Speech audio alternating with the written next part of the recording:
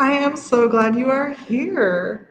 It is Energy Sunday. Going to talk a little bit about the research into Reiki, meditation, and other energetic practices. So there has been research done on these things. Is it effective? Is it not effective? What is it good for? What does it not do? Well, the very first study I ever saw on any kind of meditation or energy work involved creative visualization. And it was done with children in the 1980s who were fighting cancer. And I loved this study because I thought it was a good use of imagery that kids relate to, and it had positive outcomes for the children who participated on the side of the study where they were being asked to visualize in a very specific way.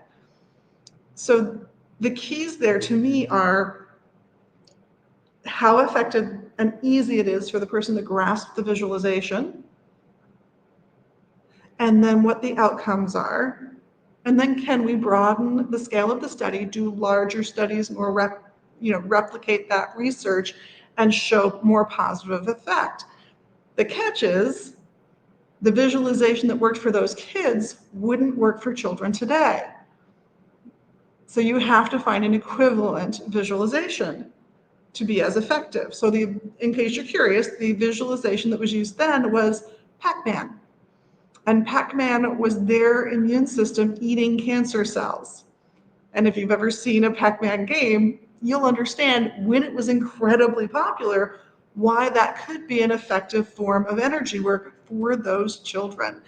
And it was. The studies were great. The studies were good enough to get them national attention on the media.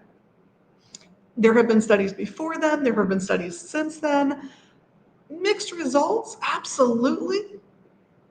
But Reiki has been shown in the small scale studies that have been done to lower stress, to reduce anxiety, to keep people calmer and healthier. And when that happens, the body has less interference with its healing process.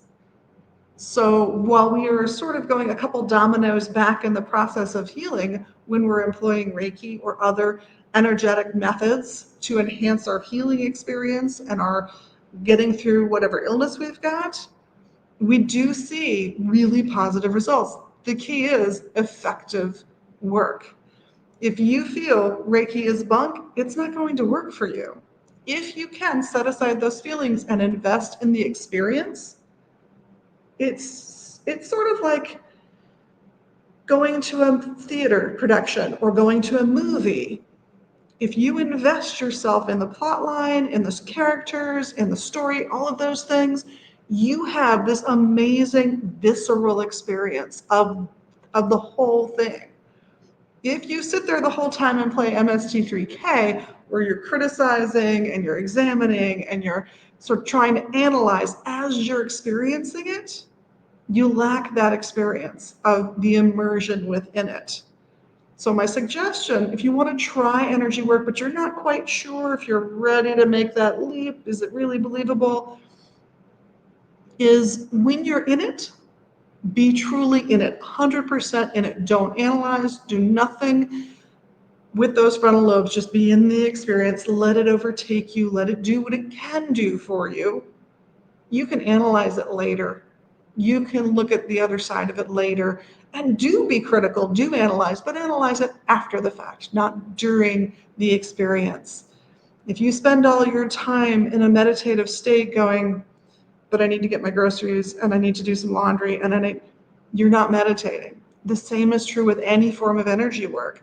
You have to be in it to gain the benefits of it. What's going on? You're breathing more calmly. That changes how your hypothalamus responds and signals it sends out. That's been shown. We know that's the case. 3 deep, calming breaths can start that change in what your hypothalamus is doing, and that affects how you feel, how you think, and even other bodily processes that are ongoing. So are these effective? There are studies that suggest they are. There are studies that suggest they are not. Is it a nocebo effect? Maybe. And if it is a nocebo effect, do I care? No. I care if it works for you. I care that you have a positive healing experience. And that's all anyone should care about in that process. We want to know that it works, but I don't think we're good yet at measuring all of the variables in the psyche of the people who try it. And that matters. So until we've got that nailed down, I think we're going to stay in this research limbo area of some studies show great results and some studies don't show great results. So hang in there. And if you want to give it a try, go for it and just immerse yourself in it during the time you're experiencing it. All right? Good luck with it all. This is Liz from Megas Books and Herbs and megasbooks.com, wishing you a fabulous week full of loving energy. Blessed be.